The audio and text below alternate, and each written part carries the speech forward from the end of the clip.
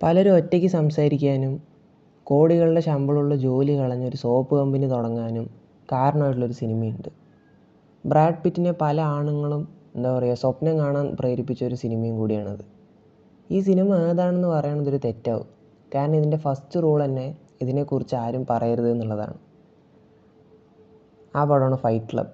ഞാൻ ആ rule break ചെയ്യാണ്. So what makes fight club an escape from the boring world? എങ്ങനെയാണ് ഈ പടം പലരുടെയും ഒരു ഇൻസോംനിയായിട്ട് മാറിയത്? അതാണ് നമ്മൾ ഈ വീഡിയോയിൽ നോക്കണത്. സോ നമുക്ക് വീഡിയോയിലോട്ട് പോവാം. കഥയിലോട്ട് കടന്നാൽ നമ്മുടെ നറേറ്റർ ഒരു ബോറിംഗ് ലൈഫിലൂടെ കടന്നു പോവുകയാണ്. അദ്ദേഹം ദിവസവും ഓഫീസിൽ കാണുന്നത് തൊട്ട് അദ്ദേഹം ഫ്ലൈറ്റിൽ യാത്ര ചെയ്യുമ്പോൾ കാണുന്ന ആൾക്കാരും അദ്ദേഹത്തിനുണ്ടാകുന്ന അനുഭവങ്ങളും ഫ്ലൈറ്റിൽ അദ്ദേഹത്തിന് കിട്ടുന്ന സർവീസും എല്ലാം ഒരു പുതുമയില്ലാതെ പോവുകയാണ്. അതുകൂടാതെ അദ്ദേഹത്തിന് ഇൻസോംനിയ ഉണ്ട്. സോ ഉറക്കമില്ലായ്മയും അദ്ദേഹത്തിൻ്റെ മെൻ്റൽ സ്റ്റേറ്റിനെ ഒരുപാട് താഴേക്ക് കൊണ്ടുവരികയാണ്. ഒരു ഡിപ്രഷൻ സ്റ്റേജിലേക്ക് അദ്ദേഹം പോവുകയാണ്.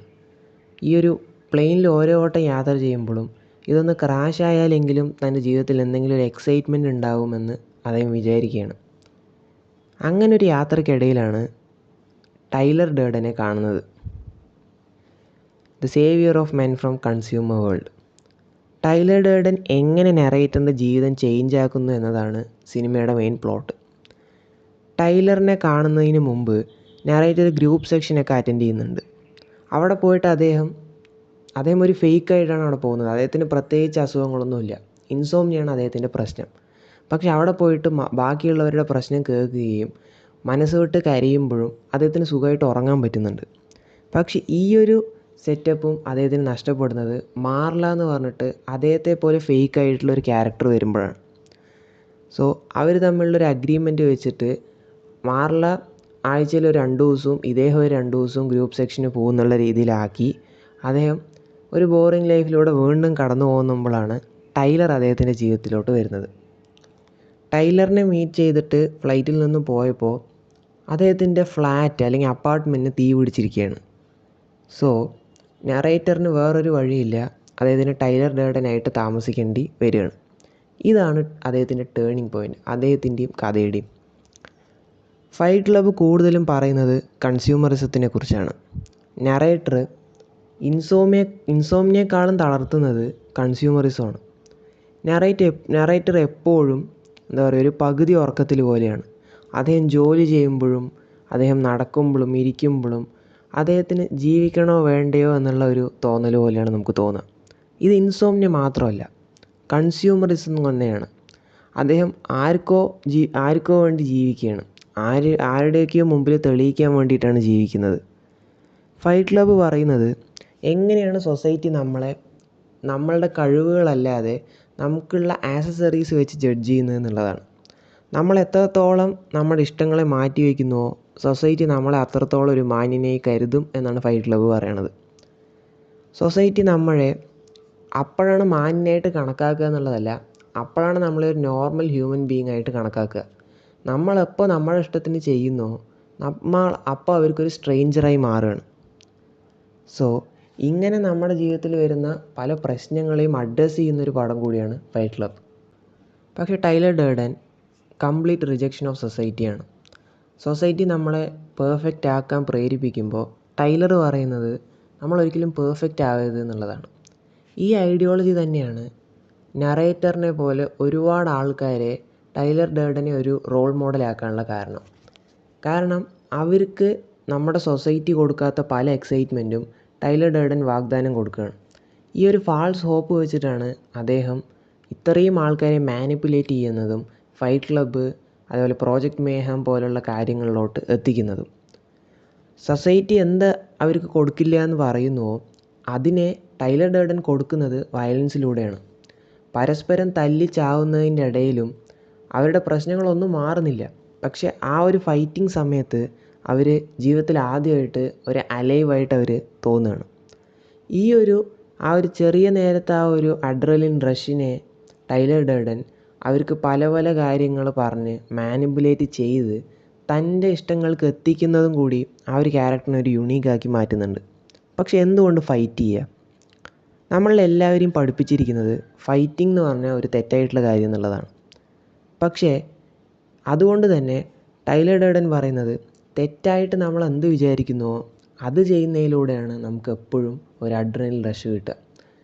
നമ്മളുടെ അടുത്ത് എന്തൊക്കെ നല്ല കാര്യം നമ്മൾ ചെയ്താലും ഒരു തെറ്റായ കാര്യം നമ്മൾ ചെയ്യുമ്പോൾ നമുക്ക് കിട്ടുന്ന ആ ഒരു അഡ്രിനൽ റഷ് നമുക്കൊരിക്കലും ഒരു നല്ല കാര്യം ചെയ്യുമ്പോൾ കിട്ടില്ല. അത് തന്നെയാണ് ഫൈറ്റ് ക്ലബ്ബും പറയുന്നത്. അദ്ദേഹം പറയുന്നുണ്ട് I don't want to die without any scar എന്നുള്ളത്. സോ അദ്ദേഹവും പറയുന്നുണ്ട് നമ്മളൊരു ഫൈറ്റിൽ ഏർപ്പെടാണ്ടിരുന്ന നമ്മളെക്കുറിച്ച് നമ്മളെങ്ങനെ അറിയുന്നുള്ളത്. സോ ഇങ്ങനെയുള്ള കുറേ കാര്യങ്ങളാണ് പലരെയും അദ്ദേഹം മാനിപ്പുലേറ്റ് ചെയ്യാൻ സഹായിക്കുന്നത്. കാരണം അവരെല്ലാവരും ആ ഒരു ബോറിംഗ് വേൾഡിൽ അകപ്പെട്ടതിൽ നിന്ന് ഒരു നിമിഷത്തേക്കെങ്കിലും അവരെ രക്ഷിക്കുമെന്ന് അവർക്ക് തോന്നുന്നത് ടൈലർ ഡേർഡനിലൂടെയാണ്. ഇത് ഈ സിനിമയുടെ ഒരു ഫസ്റ്റ് ലെയർ മാത്രമാണ്. ഈ സിനിമയുടെ മറ്റൊരു ലെയറാണ് മാസ്കുലിനിറ്റി. ഫൈറ്റ് ക്ലബ്ബിൽ ചേരുന്ന പല ആണുങ്ങളും മാസ്കുലിനിറ്റിക്ക് വേണ്ടിയാണ് ചേരുന്നത്. അവർ വയ്ക്കുന്ന റോൾ മോഡൽ ടൈലർ ഡേർഡനാണ്. സിനിമയിൽ നമുക്ക് കാണാൻ പറ്റും ക്ലിയർ ആയിട്ടുള്ള പാരൻറ്റിങ്ങിൻ്റെ കുറവും സൊസൈറ്റിയുടെ മുമ്പിൽ പ്രൂവ് ചെയ്യാനുള്ള കഠിനാധ്വാനവും അവർ ഒരുപാട് തളർത്തിയിട്ടുണ്ട്. സോ അതിൽ നിന്ന് ഓവർകം ചെയ്യാൻ വേണ്ടിയിട്ട് അവർ സെൽഫ് ഡിസ്ട്രക്ഷനിലേക്കാണ് പോകുന്നത്. ടൈലർ ആരെയും ഒരിക്കലും രക്ഷിക്കുന്നില്ല. പകരം അദ്ദേഹം സെൽഫ് ഡിസ്ട്രക്ഷനിലേക്ക് തള്ളിവിടുകയാണ് ചെയ്യുന്നത്. അവരുടെ സമ്മതത്തോടു കൂടി തന്നെ അവരുടെ ആവശ്യമാണെന്നുള്ള രീതിക്കാണ് അദ്ദേഹം ചെയ്യുന്നത്.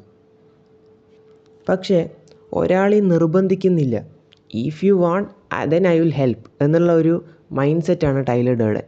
ഇത് കറക്റ്റ് അളവിൽ അദ്ദേഹം ഉപയോഗിക്കുന്നതുകൊണ്ടാണ് അദ്ദേഹത്തെ പലരും ഒരു ലീഡറായി കണക്കാക്കുന്നത്. ഇതിനു വേണ്ടി ടൈലർ ഇനീഷ്യലായിട്ട് ചെയ്യുന്നതാണ് ഫൈറ്റ് ക്ലബ്ബ് തുടങ്ങുക എന്നുള്ളത്. പക്ഷെ അദ്ദേഹം അവിടെ വെച്ച് നിൽക്കുന്നില്ല. അദ്ദേഹം കുറച്ചും കൂടി പ്രശ്നങ്ങളെ കൂട്ടിയിട്ട് പ്രോജക്റ്റ് മേഹം എന്ന് പറയുന്ന ഒരു പ്രൊജക്റ്റ് സ്റ്റാർട്ട് ചെയ്യണം. ഇതിലൂടെ ടൈലർ ഡേർഡൻ ചെയ്യുന്നത് മോഡേൺ വേൾഡിനെ നശിപ്പിച്ച് കെയോസ് ഉണ്ടാക്കുക എന്നുള്ളതാണ്. എന്നിട്ട് നമ്മൾ തന്നെ നമുക്കുണ്ടാക്കിയ ജയിലിൽ നിന്നും നമ്മളെ രക്ഷിക്കുക എന്നുള്ളൊരു കോൺസെപ്റ്റിലേക്ക് അദ്ദേഹം പല ആൾക്കാരെയും മാനിപ്പുലേറ്റ് ചെയ്ത് എത്തിക്കുന്നു എന്നുള്ളതും അദ്ദേഹത്തിൻ്റെ ഒരു യുണീക്കായിട്ടുള്ളൊരു ട്രെയ്റ്റാണ്. പക്ഷേ ഈ ഐഡിയോളജിയെ ക്വസ്റ്റ്യൻ ചെയ്യുന്നതിലേക്ക് സിനിമ നമ്മളെ എത്തിക്കുന്നുണ്ട്. സോ നമ്മളുണ്ടാക്കിയ ഈ സൊസൈറ്റി തന്നെയാണോ നമ്മുടെ പ്രശ്നം? സെൽഫ് ഡിസ്ട്രക്ഷൻ ആണോ ഒരേ ഒരു വഴി? ഫൈറ്റ് ക്ലബ്ബ് എന്ന് പറയുന്ന പടം സത്യത്തിൽ എന്താണ് പറയുന്നതെന്ന് വെച്ചാൽ നമ്മൾ ഈ വേൾഡിനെ ഒരുപാട് സേഫാക്കി, നമ്മൾ അതിൻ്റെ മീനിങ് തന്നെ ഇല്ലാതാക്കി. ആർട്ടിഫിഷ്യലായിട്ടുള്ള പലതിലും നമ്മൾ ഒരുപാട് ഡിപ്പെൻഡൻ്റ് ആകുമ്പോൾ നാച്ചുറലായിട്ട് നമ്മൾ ഉള്ളിലേക്ക് ചുരുങ്ങുകയാണ്. സോ ഇങ്ങനെയുള്ള ഒരു ഫിലോസഫി തന്നെയാണ് ഈ ഒരു പടത്തിനെ ഒരു മാസ്റ്റർ പീസ് ആക്കുന്നത്. കാലഘട്ടത്തിൻ്റെ ആ ഒരു തടവറയിൽ ഇതിനെ വയ്ക്കാതിരിക്കാനുള്ള കാരണവും ഈ ഒരു ഫിലോസഫി തന്നെയാണ്. പക്ഷേ ഈ ഒരു ഫിലോസഫി എങ്ങനെയാണ് എത്രത്തോളം സ്ട്രോങ് ആയിട്ട് ഈ സിനിമയ്ക്ക് ഈ 2.5 മണിക്കൂറിനുള്ളിൽ ബിൽഡ് ചെയ്യാൻ പറ്റിയത്? അത് ബിൽഡ് ചെയ്യുന്നത് ക്യാരക്ടേഴ്സിലൂടെയാണ്. ഈ ക്യാരക്ടറിൻ്റെ ബിലീവാണ് അവർ ഓരോ കാര്യങ്ങളിലേക്ക് നയിക്കുന്നത്. ഇതിൽ നറേറ്റർ ജീവിക്കുന്ന ഒരു ലോകം എന്ന് പറഞ്ഞാൽ വളരെയധികം ബോർഡാണ്. അദ്ദേഹം ജീവിതത്തിൽ കുറച്ചെങ്കിലും ഒരു നല്ലത് അനുഭവിക്കുന്നത് ടൈലർ ഡേർഡൻ വരുന്നതിലൂടെയാണ്. അത് അദ്ദേഹം നല്ല രീതിക്കാണോ ചെയ്യുന്നത് മോശം രീതിക്കാണോ എന്നുള്ളതിനപ്പുറം അദ്ദേഹം ആദ്യമായിട്ട് അലേവായി തോന്നുന്നത് ടൈലർ ഡേർഡനെ കാണുമ്പോഴാണ്. വാൾട്ടർ വൈറ്റ് പറയുന്ന പോലെ അദ്ദേഹവും അലേവായി തോന്നിയത് ആ ഒരു മെത്ത് കുക്കിംഗ് സമയത്താണ്. സോ നമ്മൾ പലപ്പോഴും ആരുടെയൊക്കെയോ മുമ്പിൽ പ്രൂവ് ചെയ്യാൻ വേണ്ടിയിട്ട് നമ്മൾ സത്യത്തിൽ ഇല്ലാതായിക്കൊണ്ടിരിക്കുകയാണ്. സോ ആദ്യമായിട്ട് ജീവിതത്തിൽ എന്തെങ്കിലും ഒന്ന് നേടിയെന്ന് തോന്നുന്നതിനെ ഒരിക്കലും നറേറ്ററിന് വിട്ട് കളയാൻ പറ്റുന്നില്ല. ഇതിൽ ടൈലർ ഡേർഡൻ ആയിക്കോട്ടെ മാർലി ആയിക്കോട്ടെ ത്രൂ ഔട്ട് ദ മൂവി നറേറ്ററിൻ്റെ ഓരോ വിശ്വാസങ്ങളെയാണ് ചോദ്യം ചെയ്യുന്നത്. അങ്ങനെ ചോദ്യം ചെയ്തിട്ടാണ് ഈ ഒരു ഫിലോസഫിയിലേക്ക് നറേറ്ററിനെയും നമ്മളെയും എത്തിക്കുന്നത്. ഈ സിനിമ കണ്ടു കഴിയുമ്പോൾ നമുക്കും തോന്നും നമ്മൾ ജീവിക്കുന്നത് ഒരുപാട് ഡിപ്പെൻഡൻ്റ് ആയിട്ടുള്ളൊരു സൊസൈറ്റി ആയി പോയില്ലേ, നമുക്ക് പ്രൂവ് ചെയ്യാൻ ഒന്നുമില്ലല്ലോ എന്നുള്ളത്.